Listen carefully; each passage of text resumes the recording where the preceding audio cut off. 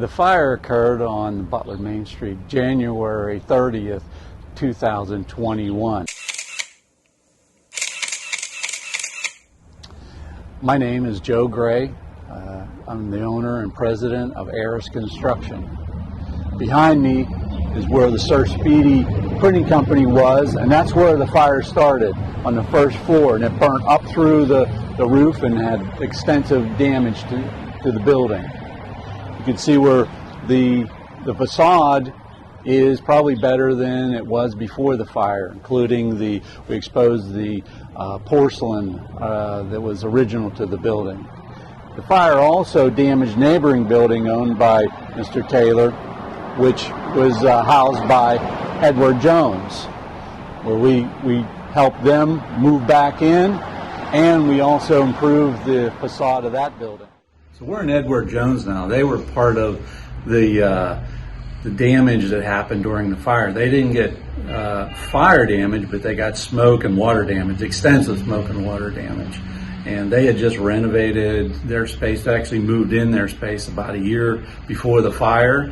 And so it was, it was all brand new and everything. But luckily there was nobody upstairs, no tenants upstairs, but they got extensive damage. And with me here from Edward Jones is Jeff and Krista, and they were here when before it happened. They come in after the aftermath, and Krista's desk had tile on it. The computer had water dripping from it, everything, and so it was quite a mess, because there is I think 7 fire companies dumping water on these buildings here. So there's a lot of water. The water was flowing out the doors, and this was basically a loss, a total loss. We were standing here on a Saturday morning watching it, just thinking, there's no way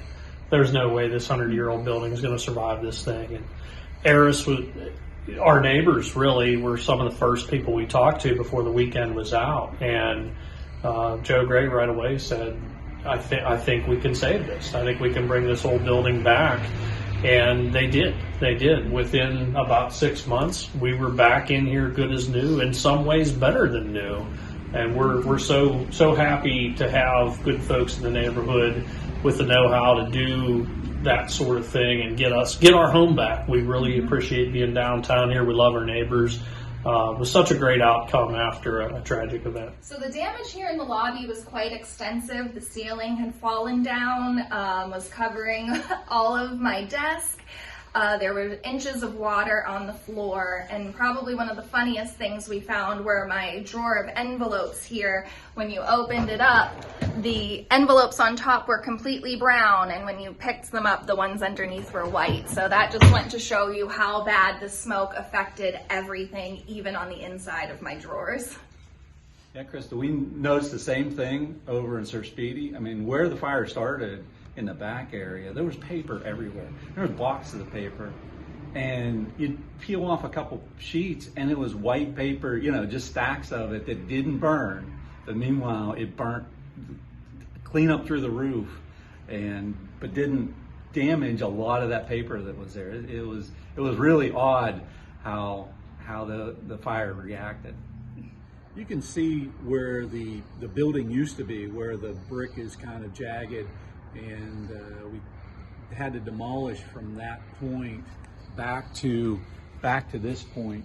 We built this new wall and shortened the building a little bit to make it functional. And the fire actually started right in this area, or even into the space. But what was funny, in a way, was it really didn't burn anything in the basement. This floor was actually fairly good back the whole way, and it didn't burn, but it burnt up like a cone. It burnt up, and you can see the 2 levels that are left there. They used to go the whole length of the building, and it burnt the whole way back there and up through the roof. Yeah, there was a question on whether these buildings could be saved.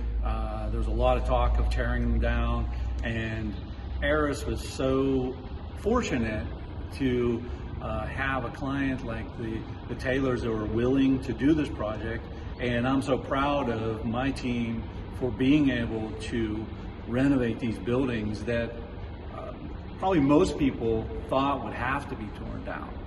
And we're proud to have been able to save these buildings in downtown Butler. My name is Jason Mack, project manager with Arris Construction.